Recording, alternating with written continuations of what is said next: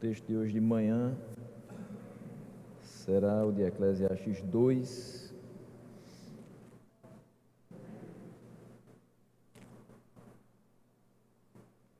Fiquei muito contente quando nosso diácono Francisco leu Jó 1, de 20 a 22, porque vai fazer parte dessa exposição também. Então estamos em sintonia, estamos falando a mesma língua e é muito bom quando a igreja está nesse mesmo espírito. Nós, como temos um texto mais longo, são 26 versículos, vou ler apenas a primeira parte, depois a segunda e por último a terceira, para que a gente não se alongue muito nessa leitura inicial. Então vamos ler primeiro do versículo 1 até o versículo 11, e aí você não fecha a sua Bíblia, porque a gente vai continuar no mesmo texto, não fugirei de maneira alguma. O texto nos diz: eu disse a mim mesmo, venha, experimente a alegria, descubra as coisas boas da vida, mas isso também se revelou inútil. Concluí que o rir é loucura e a alegria de nada vale. Decidi entregar-me ao vinho e à extravagância, mantendo, porém, a mente orientada pela sabedoria. Eu queria saber o que vale a pena debaixo do céu, nos poucos dias da vida humana. Lancei-me a grandes projetos, construí casas e plantei vinhas para mim. Fiz jardins e pomares e neles plantei todo tipo de árvore frutífera.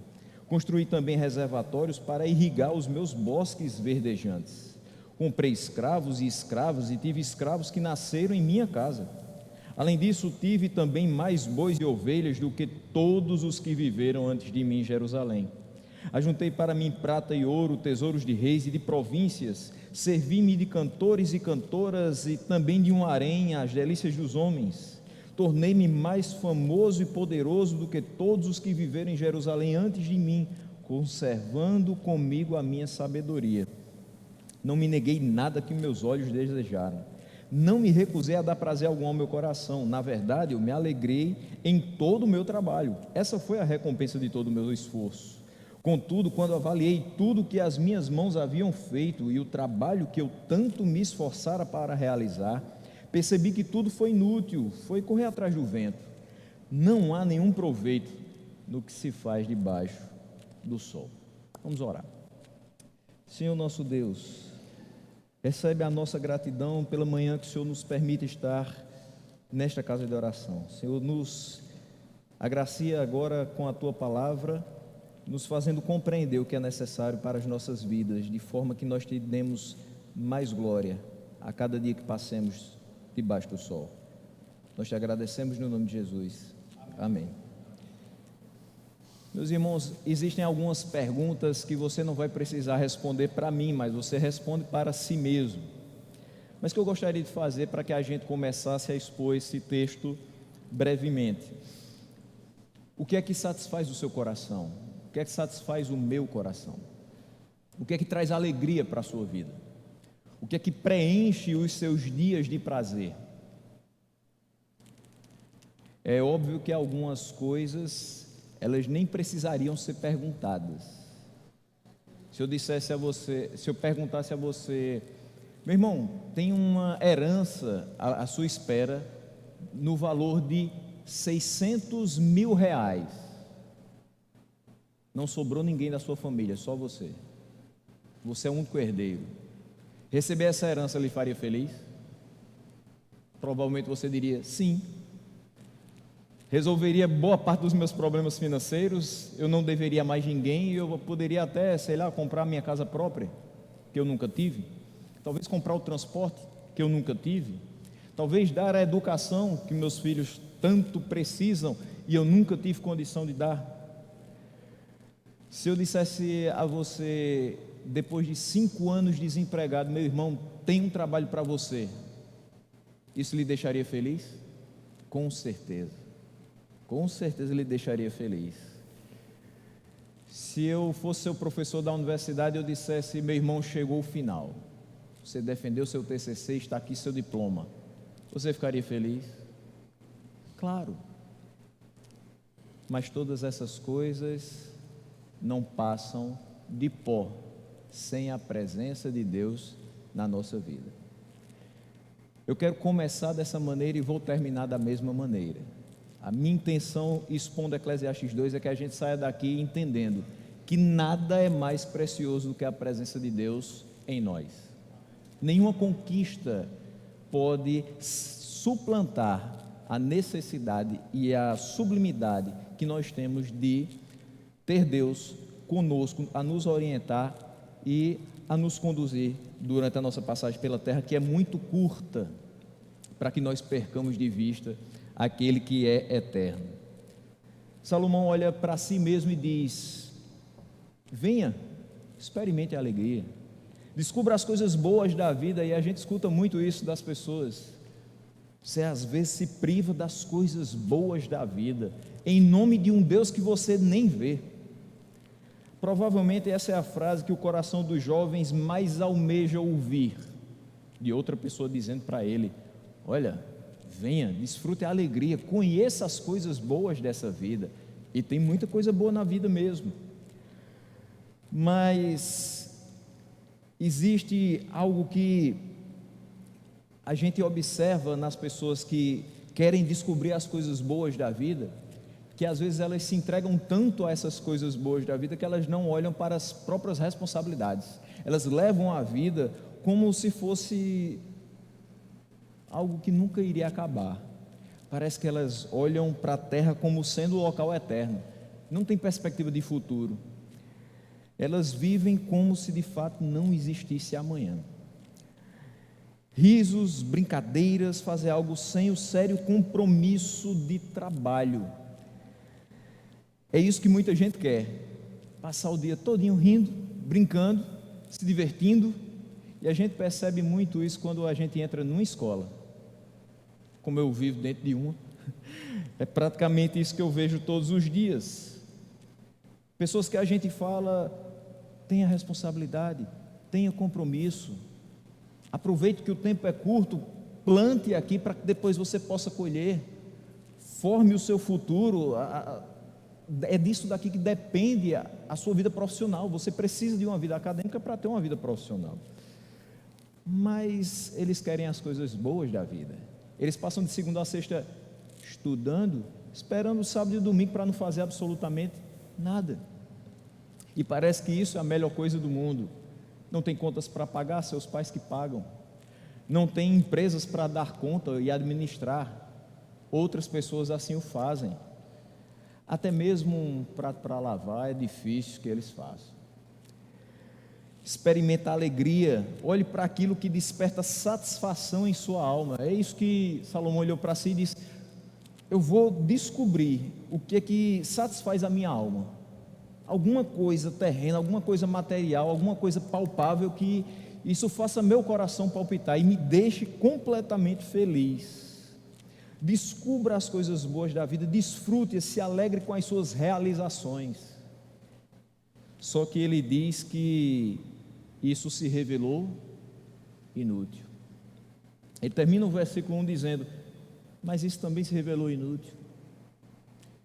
Antes, no capítulo 1, ele, refletindo sobre a sabedoria, ele termina o capítulo 1 dizendo: por quanto maior a sabedoria, maior o sofrimento, e maior o conhecimento, maior o desgosto. Ele percebeu que a sabedoria por si só também não tinha sentido. Se a sabedoria por si só não tinha sentido, muito menos as coisas da terra, as coisas ditas, coisas boas da vida, elas por si só se revelaram inúteis, porque ele se lançou a muitas coisas, ele se entregou às coisas boas da terra, mas ele viu que aquilo dali não era um fim em si mesmo. A alegria em si não traz qualquer significado ou relevância à sua vida. Se você passar por qualquer uma das ruas de Campina Grande e ver uma pessoa que fica rindo o tempo todo, você vai dizer: essa pessoa tem problemas. Não é possível que uma pessoa fique rindo o tempo todo. Não é possível que uma pessoa sorria o tempo todo. Não é possível que uma pessoa seja feliz o tempo todo. Porque é natural da vida do ser humano sofrimentos, preocupações, responsabilidades. Mesmo aqueles que têm algum problema, algum distúrbio mental, têm seus momentos de serenidade. É irreal a vida de quem apenas está sorrindo, se alegrando, mas não vê a necessidade de coisas muito sérias na sua vida serem realizadas. O fato da gente se alegrar com as realizações, as conquistas que nós temos, isso não nos completa por inteiro, porque passa. Num sábado à noite as pessoas se reúnem para a colação de grau de uma pessoa que encerrou o seu curso acadêmico. No domingo está todo mundo triste, de tanto que comeu, de tanto que brincou. Passou. Colou grau ontem. Hoje começam as responsabilidades. Segunda-feira, vá atrás de um trabalho, porque só o diploma na mão não enche a sua barriga. A gente fica muito feliz no dia do aniversário, mais um ano que Deus concede a gente. No outro dia, trabalho do mesmo jeito. Muitos trabalham no dia do aniversário. Muitos não recebem nem um feliz aniversário de seus colegas de trabalho. Então aquele dia não foi tão diferente assim para você. Aquele dia, por melhor que seja, é um dia como outro qualquer. Temos 365 nos bissextos 366 para viver, trabalhar e conseguir o nosso sustento com a graça de Deus. Nós estamos sempre buscando algo a mais. A conquista, a realização não é um remédio quanto à vaidade da vida, não é um antídoto. Você sempre quer um pouco mais. Terminei um curso de graduação, mas eu quero uma pós. Mas eu terminei uma pós, agora eu quero mestrado. Mas eu terminei o mestrado, agora eu quero ser doutor. Mas eu já tenho doutorado, mas ainda existe um pós-doutorado. E depois do pós-doutorado, agora eu quero ser o melhor profissional da minha área. Mas você já é o melhor profissional da sua área, o que é que você quer mais? Eu quero uma aposentadoria gorda, para que eu possa viajar por todos os países desse mundo até Deus me levar. Você conheceu todos os países desse mundo, o que é que você faz agora? Termina os seus dias conhecendo todos os cômodos da sua casa. Não tem mais o que você fazer, você fez tudo o que os seus olhos desejaram, tudo o que Salomão fez. Ele não negou nenhum dos prazeres, mas no final tudo isso foi inútil. Chega uma hora que para, esgota, não tem o que fazer mais, não tem para onde correr mais. Mas a vaidade da vida continua, ela está aqui. Eu quero, eu desejo, eu corro atrás. Mas tudo isso é insuficiente para preencher o coração humano. Sem Deus, ele nunca será preenchido. Ele diz no versículo 2: eu concluí que o rio é loucura. Olhar para as coisas dessa terra, ver a situação em que nós nos encontramos hoje, as dificuldades do que é ser cristão no nosso país, em qualquer outro lugar do mundo, e rir e levar as coisas sem pensar a sério nelas, isso é loucura. O rir é loucura, a alegria de nada vale por si só. É bom estar alegre, mas só isso não basta. É bom sorrir, mas só isso não basta. Quem leva a vida como uma grande festa sem responsabilidade, apenas rindo de tudo, é tolo, é insensato. O versículo 3 ele diz: eu decidi me entregar ao vinho, à extravagância, mantendo porém a mente orientada pela sabedoria. Ou seja, ele sabia muito bem o que ele estava fazendo. Ele queria testar as coisas desse mundo para ver: é possível, me entregando a essas coisas, realmente ser feliz? É possível ao homem, ao Filho de Deus, a criatura divina, ser feliz com essas coisas da terra? Eu fui guiado pela minha sabedoria, eu mantive a minha mente orientada por ela. Eu queria saber o que é que vale a pena. Infelizmente tem muitos que querem fazer isso sem sabedoria, se afastam dos caminhos do Senhor, dizendo: eu quero saber o que é que tem lá fora, eu quero saber o que é que vale a pena lá fora. Tem tanta gente lá, tem tanta gente se dando bem. Mas sem o coração guiado pela sabedoria divina, você vai ficar lá, você não retorna. Você não nota que as coisas são inúteis, elas começam a ter utilidade para você. Elas parecem não mais um absurdo, mas a coisa comum, o seu deleite, o seu prazer. E aí onde está o perigo? Ele diz: eu queria saber o que vale a pena debaixo do céu nos poucos dias da vida humana. A vida é curta, mas aproveitá-la só com as coisas da terra é insuficiente. Por quê? Porque nós não somos daqui, nós não somos cidadãos da terra. No final das contas, nós somos cidadãos dos céus, habitando a terra por um pouco espaço de tempo.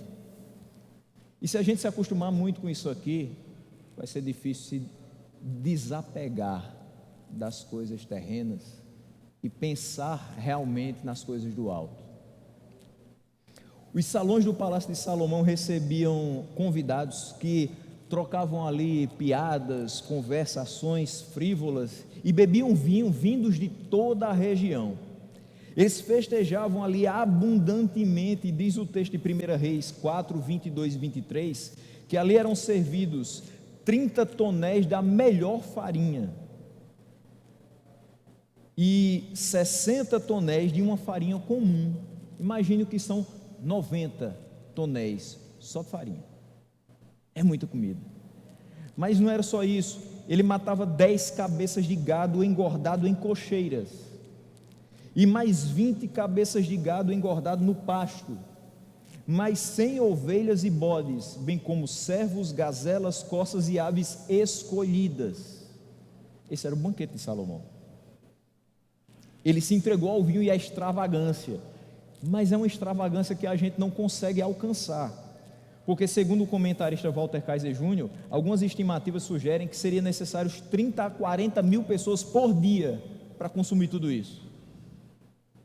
Imagine o que é isso. Talvez um bairro de Campina Grande sendo servido todos os dias com isso, e isso era servido num só local. É muita extravagância. Ele de fato se entregou a isso. Não é de admirar que 1 Reis 4:20 diga: eram, pois, os de Judá e Israel muitos, numerosos como a areia que está ao pé do mar, comiam, bebiam e se alegravam. Quem não vai se alegrar com comida de graça? Quem não vai se alegrar com bebida de graça, com conversas que deixam você alegre? Só que tudo isso ele sabia muito bem onde ele queria chegar. Ele diz: eu queria saber o que vale a pena debaixo do céu nos poucos dias da vida humana. Então tudo isso que ele fez era para provar a alegria e o prazer da vida, até que ele pudesse determinar o que de fato era bom, entre aspas, para os filhos dos homens. E aí ele diz no versículo 4: lancei-me em grandes projetos, e ele vai até o versículo 9 falando desses projetos. Ele próprio dedicou 13 anos para construir a casa do rei. Está lá em 1 Reis 9:10. Então, tendo construído a casa do rei, ele vai e constrói a casa do bosque do Líbano. 1 Reis 10:17. Ele achou pouco e construiu uma outra casa para sua esposa, filha de Faraó. E tudo isso com uma alta magnitude. Construiu também as cidades de Azor, de Megido, de Gezer, de Bet-Horon, de Baalat e de Tadmor no deserto. Sabe o que as pessoas lá em Dubai estão fazendo? Construindo grandes edificações no meio do deserto. Salomão fez isso há muito tempo atrás. Ele construiu cidades. Construir um hotel como o Burj Al Arab, o único hotel 7 estrelas do mundo, no meio dos Emirados Árabes, é coisa pequena para esse homem aqui. Salomão também se envolveu com horticultura, com jardinagem, com viveiros de árvores. No versículo 5 e 6 ele fala sobre isso aqui de Eclesiastes 2. Os açudes que foram construídos por ele eram para irrigar as suas árvores. E eles podem ser os tradicionais tanques de Salomão, que estavam localizados diversos quilômetros a sudoeste de Jerusalém, no vale de Artas. Embora não exista uma passagem aí nas escrituras que realmente relate sobre isso. A esses melhoramentos, Salomão ainda acrescentou muitas posses. Ele vai falar aqui no versículo 7: eu comprei escravos e escravas, e tive escravos que nasceram na minha casa, ou seja, gerações de escravos. Os que ele comprou e os que nasceram na sua casa. Mais do que isso, ele teve também bois e ovelhas, mais do que todos que viveram antes dele em Jerusalém. Um relato das riquezas de Salomão aparece em 1 Reis 10, do 14 ao 29.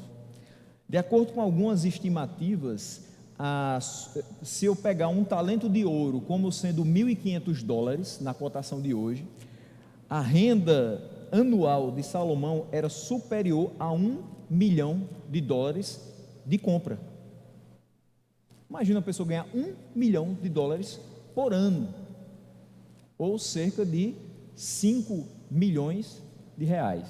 Para a gente pode parecer pouco, só que ele está falando de poder de compra. Analise o seu poder de compra hoje. Digamos que o seu salário seja R$ 2.000. Há 2 anos, antes da pandemia, você comprava um bocado de coisa. Hoje você não compra nem 30% do que você comprava antes. Em parte pela inflação, em parte pela desonestidade daqueles que comercializam os produtos. A exemplo dos que trabalham com abastecimento, a gasolina, o diesel e o etanol. Nós hoje não temos poder de compra que Salomão tinha. Aqui era $1 milhão limpinho, só para comprar coisas. Por isso que ele tinha um patrimônio que tinha. O seu rebanho era maior do que o dos seus antecessores, bem como o seu harém. Ele teve 700 esposas e 300 concubinas. 1.000 mulheres. Não dá nem para imaginar isso, não cabe em um local. Fama e poder eram as marcas desse homem. E ele conservava consigo ainda a sabedoria. Ele fez tudo isso, mas ainda olhando para o que estava fazendo. Ele não fez desesperadamente como muitos fazem, sem observar as consequências. Ele sabia no que tudo isso ia dar. Na verdade, ele possuiu tudo quanto os seus olhos contemplaram, e seus olhares foram por toda a parte. Toda a parte. Diz aqui o versículo 9: ele tornou-se mais famoso e poderoso do que todos os que viveram em Jerusalém antes dele. E o versículo 10 diz: não me neguei nada que os meus olhos desejaram. Eu não me recusei a dar prazer algum ao meu coração. E no que ele encontrou a recompensa do seu trabalho? Ele diz: eu me alegrei em todo o meu trabalho. Essa foi a recompensa do meu esforço, se alegrar com o trabalho. Mas o trabalho de um dia, no outro já não vale nada. A partir do momento que eu plantei e colhi, aquela colheita perde sua validade. Depois de vendida, virou dinheiro, o dinheiro é gasto, e eu vou ter que plantar de novo, para colher de novo, para vender de novo, para plantar de novo, para colher de novo, para vender de novo. E minha vida se resume a isso. A vida do agricultor, que não tem outra perspectiva de vida a não ser morar naquele campo, é isso: comprar sementes, plantar, esperar o dia da colheita, vender para comprar mais sementes, e esse ciclo vicioso nunca acaba, a não ser que ele tenha no seu coração uma viva esperança, a não ser que ele tenha outro objetivo em fazer tudo isso: a glória de Deus. Ele diz que se alegrou com todo o seu trabalho. De fato, as nossas conquistas, o trabalho, rendem alegria, satisfação ao nosso coração, mas tudo de forma muito temporária. Esse ano a colheita foi boa, mas ano passado já não foi tanto. Parece que ano que vem também vamos ter dificuldades. A alegria do hoje, amanhã já não durou. A recompensa do seu esforço não podia saciá-lo por toda a vida. É o aqui e o agora. O resultado do trabalho das suas mãos, por mais grandioso que fosse, não garantia a ele um prazer duradouro, ininterrupto. Tudo foi considerado inútil. No versículo 11 ele diz: contudo, quando avaliei tudo o que as minhas mãos haviam feito, o trabalho que eu tanto me esforçara para realizar, percebi que tudo foi inútil. Que frustração!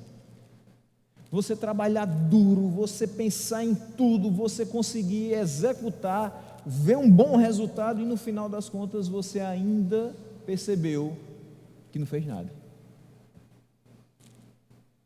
O seu coração não se encheu com isso. Aquela alegria não vai sustentar você por muito tempo, porque o tempo continua correndo. Vem outras necessidades, vem outras responsabilidades. Ele não pode parar. Tudo foi correr atrás do vento, nada tinha de proveito no que se havia feito debaixo do sol. Ele percebe então, meus irmãos, que os prazeres dessa vida não têm sentido. Por mais que eu goze a minha vida inteira com os prazeres desse mundo, e chegue talvez aos meus 50, 60 anos e diga: bom, já fiz tudo que tinha para fazer, estou cansado, agora eu vou descansar, porque não tem mais o que fazer. Meus olhos já contemplaram tudo, meu corpo já fez tudo que eu gostaria de fazer, eu já não aguento mais. O que sobrará? Nada. Só lembranças que nem trazem tanta alegria mais. Na hora, maravilhoso.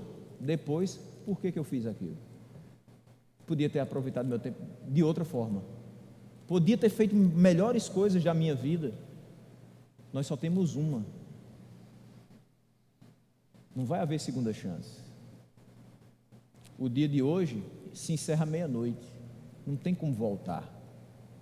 O erro cometido hoje só tem como ser consertado pelo favor de Deus. Certas coisas que eu disser hoje vão magoar pessoas para o resto da vida delas. E eu não vou ter como voltar para o dia 22 de maio de 2022 e dizer: não foi minha intenção.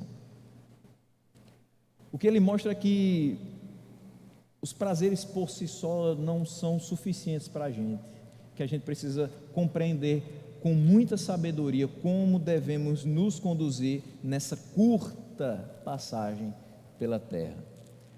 Então ele volta, aparentemente insatisfeito com aquilo que ele realizara anteriormente. Ele passa agora a refletir novamente na sabedoria, na loucura e na insensatez, do versículo 12 até o versículo 16. Ele diz: então passei a refletir na sabedoria, na loucura e na insensatez. O que pode fazer o sucessor do rei, a não ser repetir o que já foi feito? Percebi que a sabedoria é melhor que a insensatez, assim como a luz é melhor do que as trevas. O homem sábio tem olhos que enxergam, mas o tolo anda nas trevas. Todavia, percebi que ambos têm o mesmo destino. Aí fiquei pensando: o que acontece ao tolo também me acontecerá. Que proveito eu tive em ser sábio? Então eu disse a mim mesmo: isso não faz o menor sentido. Nem o sábio nem o tolo serão lembrados para sempre. Nos dias futuros, ambos serão esquecidos. Como pode o sábio morrer como o tolo morre? Ele quer saber agora, no versículo 12, não simplesmente o que vale a pena, se os prazeres desse mundo valem a pena para aquele que foi criado por Deus, mas ele quer saber o que pode fazer o sucessor do rei, a não ser repetir o que já foi feito. O que normalmente os governantes fazem para marcar as suas gestões? Obras. E algum vai dizer: mas eu fiz o viaduto. E o outro vai dizer: não, mas eu abri 5 novas vias na cidade. E outro vai dizer: mas eu construí a barragem. E o outro vai dizer: não, mas nós conseguimos construir 3 ou 4 hospitais. Tudo baseado em obras. Mas elas, por si só, garantem que ele será lembrado eternamente? Não. Aquele que não fizer nada disso continuará tendo sido governante e também não será lembrado pela sua inoperância. O que muito fez e o que pouco fez serão esquecidos da mesma forma. Por isso que ele pergunta: o que é que eu poderia fazer de diferente? Se eu venho depois de alguém que fez muita coisa, eu só vou poder repetir o que ele fez. Se eu venho depois de alguém que não fez nada, qualquer coisa que eu fizer já é um avanço. Mas se eu também não fizer nada, só repetir o que outro já fez. Qual é o proveito que eu tenho de correr atrás das coisas para tentar suplantar o rei que veio antes de mim? Poucos, se é que alguns, podem se igualar a Salomão em suas posses. Essa semana veio aqui ao Brasil um dos homens mais ricos do mundo, o Elon Musk, dono da Tesla, quer comprar o Twitter.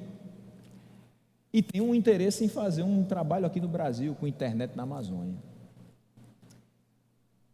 Ele é rico, bastante, mas ele não tem 10% que Salomão tinha.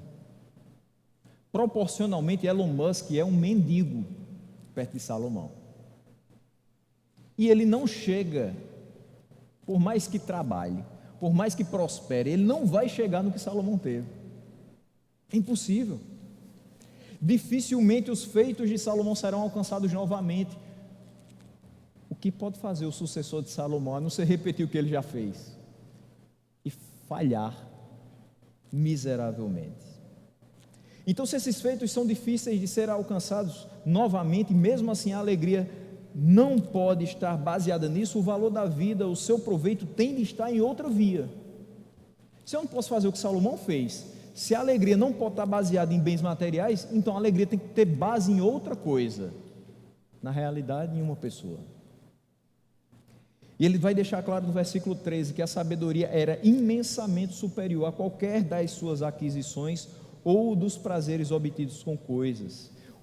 O benefício da sabedoria sobre a insensatez era comparado como da luz sobre as trevas. Só que o benefício da sabedoria é praticamente anulado quando ele chega à conclusão de que o final do sábio é o mesmo final do tolo.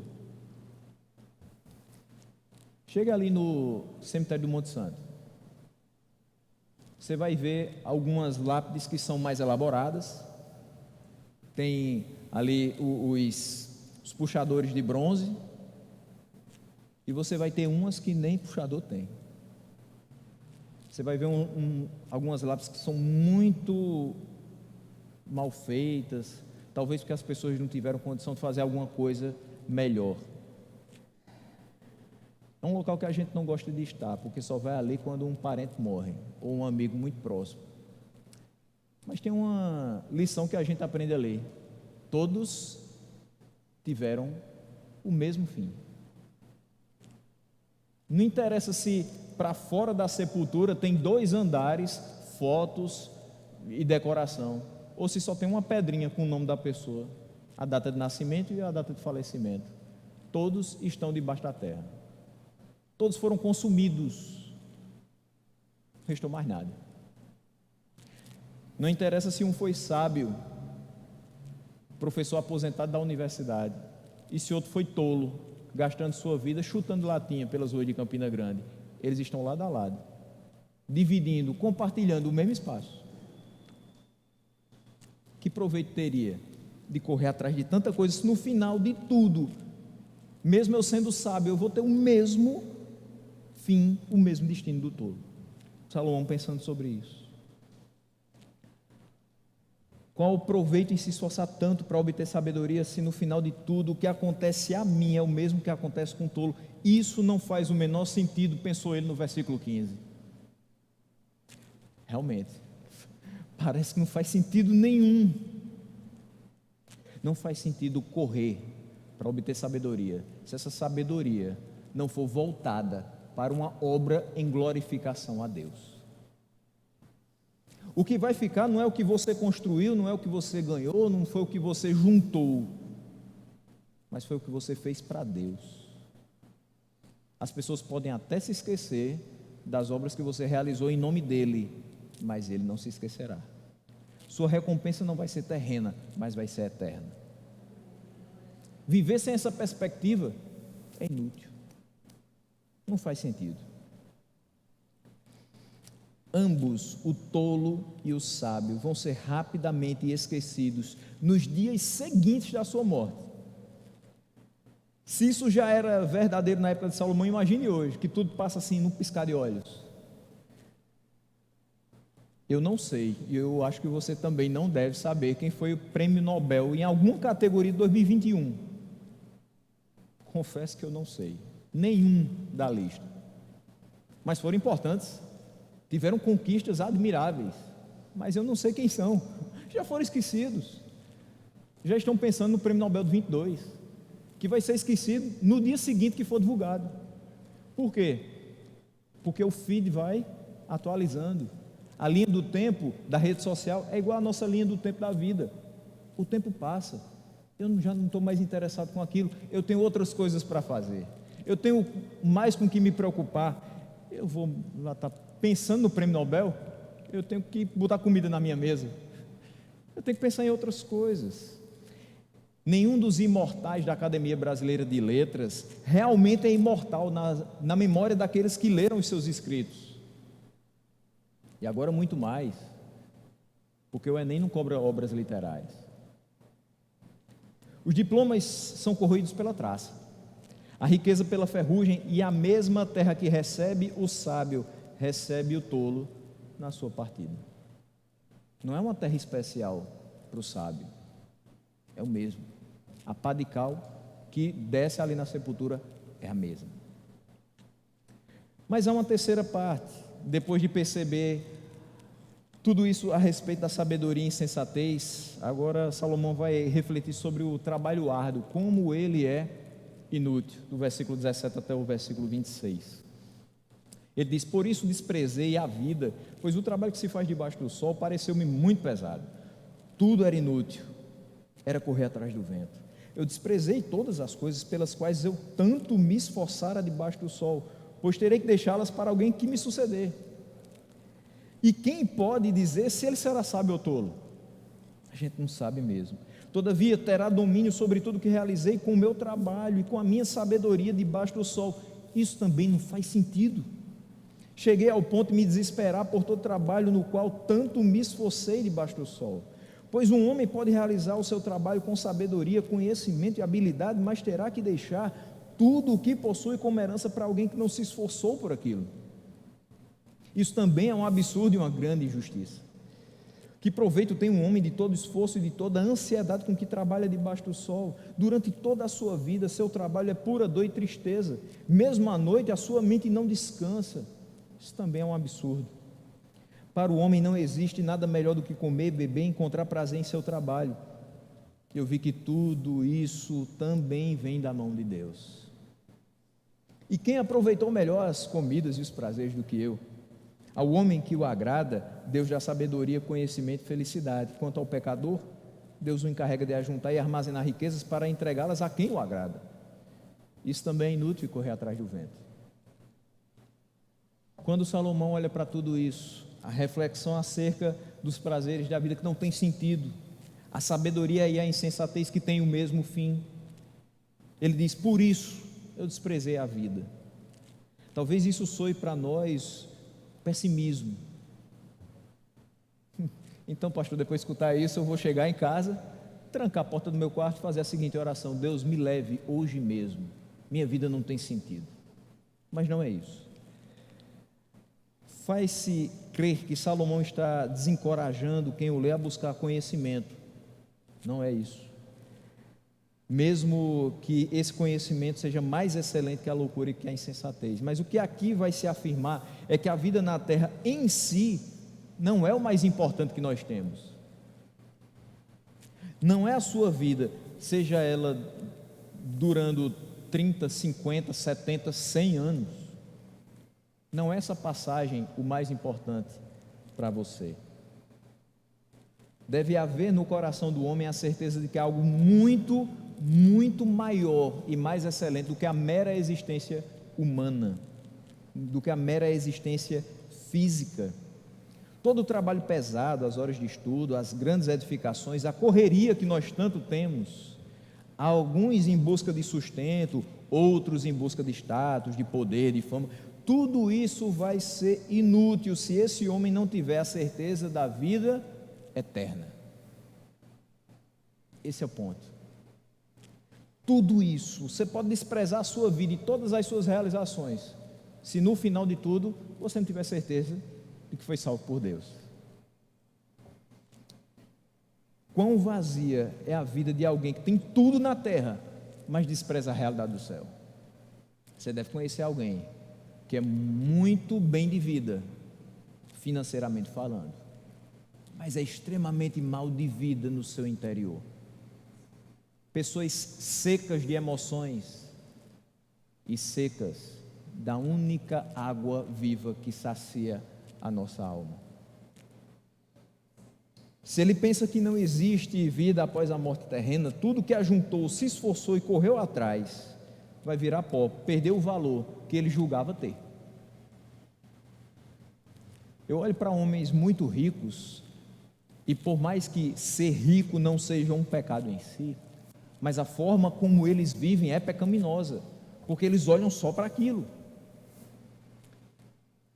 Eu acho que a vida de alguns que mexem com bolsas de valores deve ser uma loucura, porque se cai 2% ele perde bilhões, se sobe 10% ele fica rico em bilhões também. Num dia festa para todo mundo, crescemos na bolsa de valores, no outro dá um tiro no ouvido, porque perdemos tudo. Quantos nós não vimos acontecer esse tipo de coisa?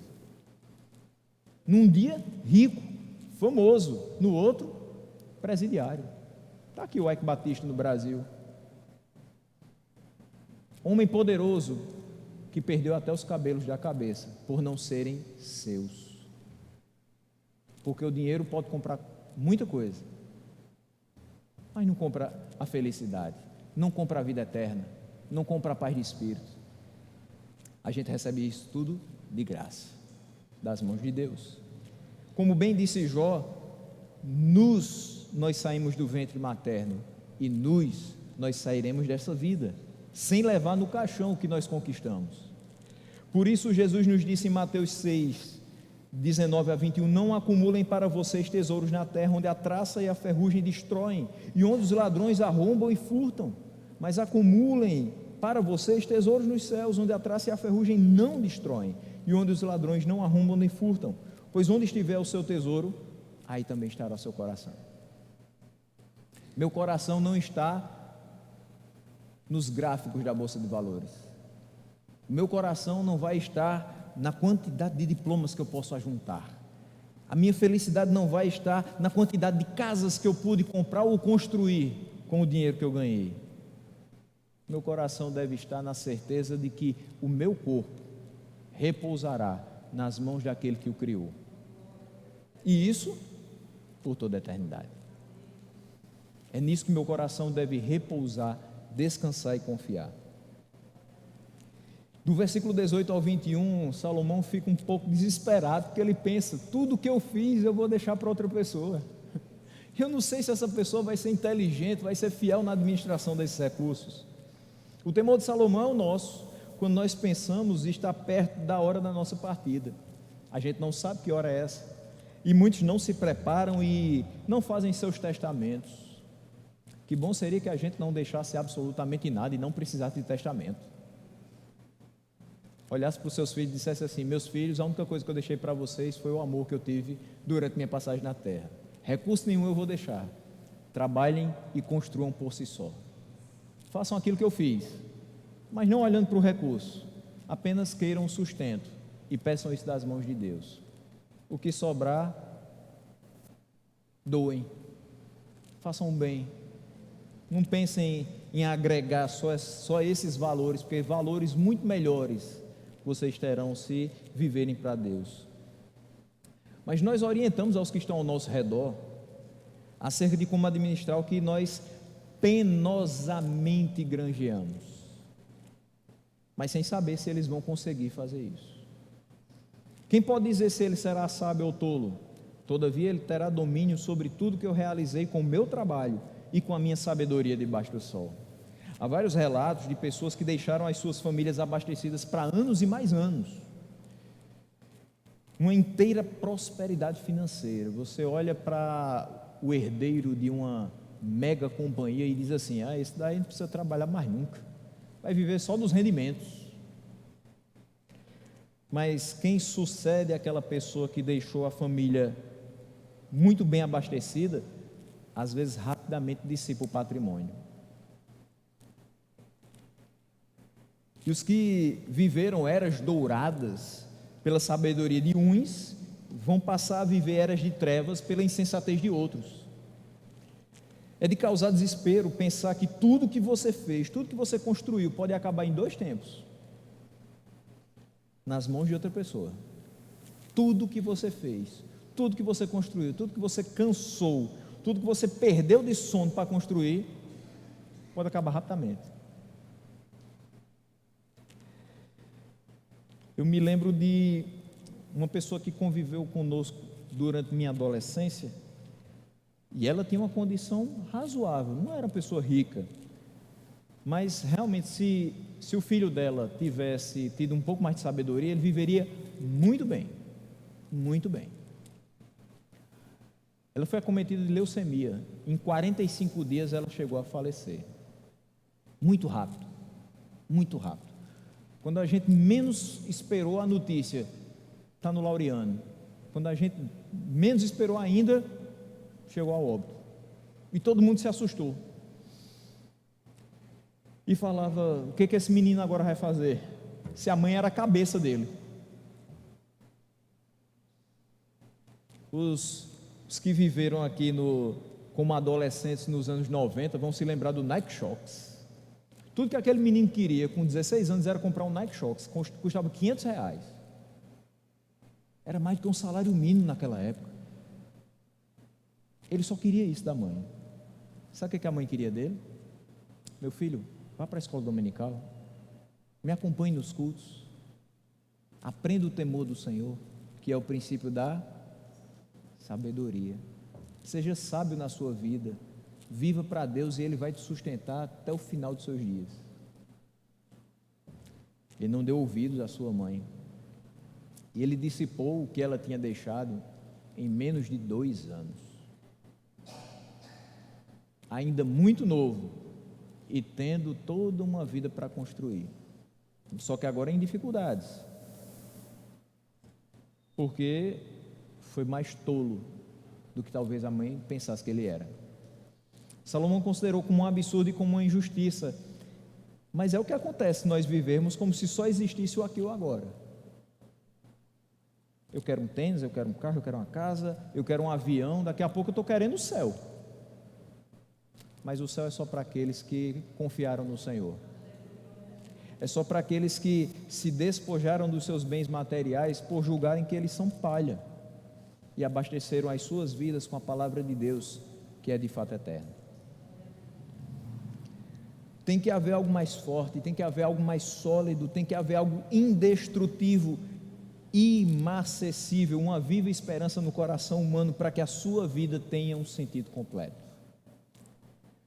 Os versículos 22 e 23, ele vai dizer: que proveito tem um homem de todo esforço, de toda ansiedade com que trabalha debaixo do sol, durante toda a sua vida seu trabalho é pura dor e tristeza, mesmo à noite a sua mente não descansa. Isso também é um absurdo. É um absurdo também pensar que por muitas vezes e por muito tempo nós gastamos a nossa vida virando noites, trabalhando 10, 12 horas em cima de um projeto, que por melhor que seja, dentro de alguns anos já não vai pertencer a nós. Imagine você fazer tudo durante 50 anos, e você diz: agora está na mão de outra pessoa. O que eu cuidei com tanto esmero, com tanta dedicação, outra pessoa pode acabar amanhã. Ainda bem que não estão aqui para ver os donos de restaurantes centenários que os filhos fecharam as portas no ano seguinte das suas mortes. O homem pode desfrutar de grandes banquetes aqui na terra, e ainda assim ele ter uma alma faminta de Deus.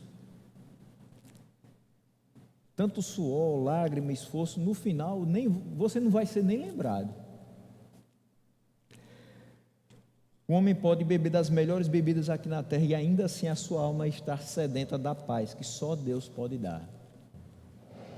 Ele pode ter uma riqueza que não cabe no cofre do banco, mas ainda assim ele ser pobre, cego e nu.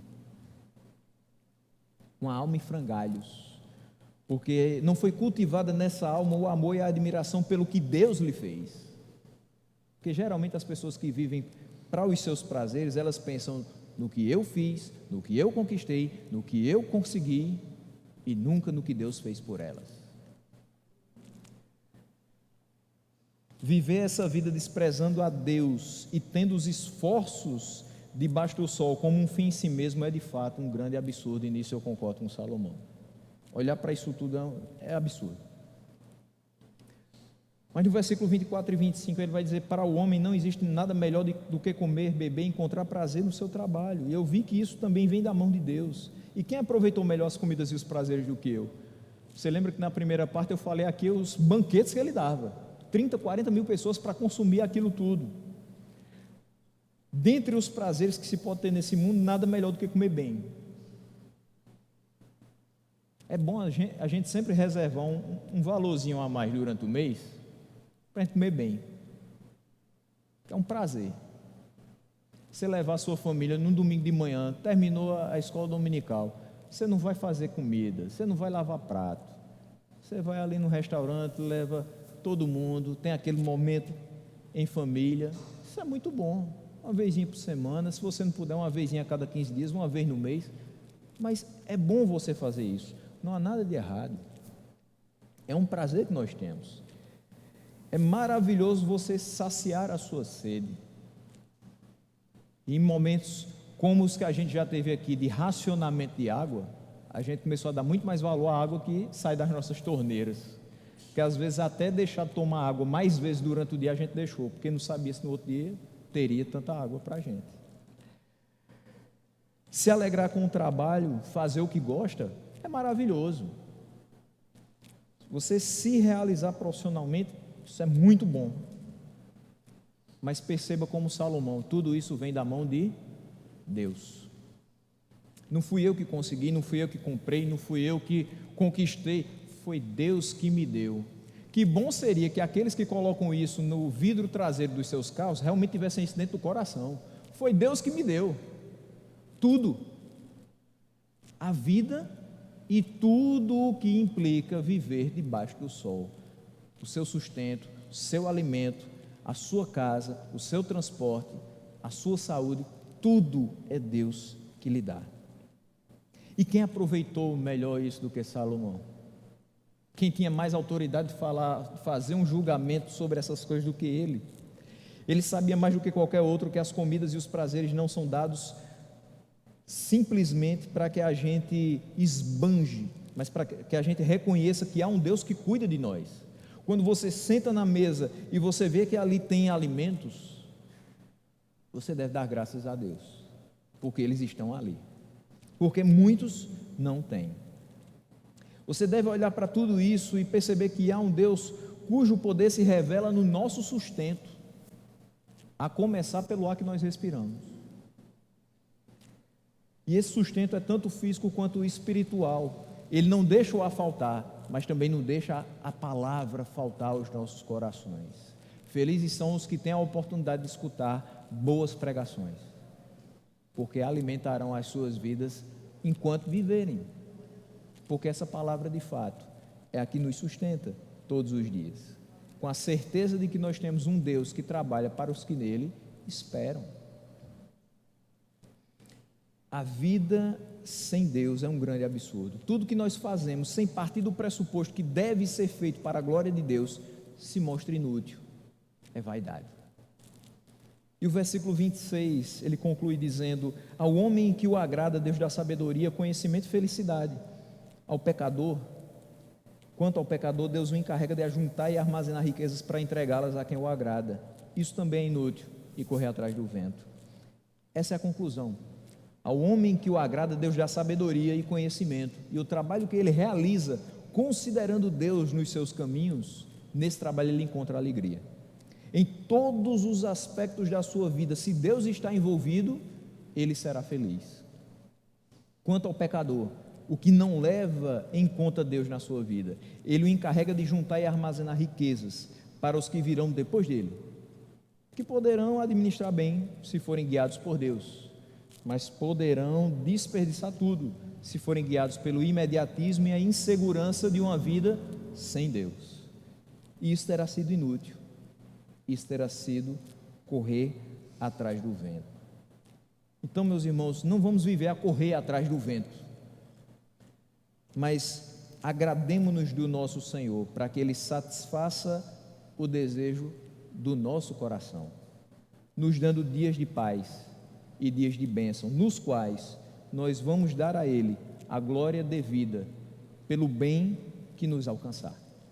Deus nos abençoe nessa manhã, no nome de Jesus.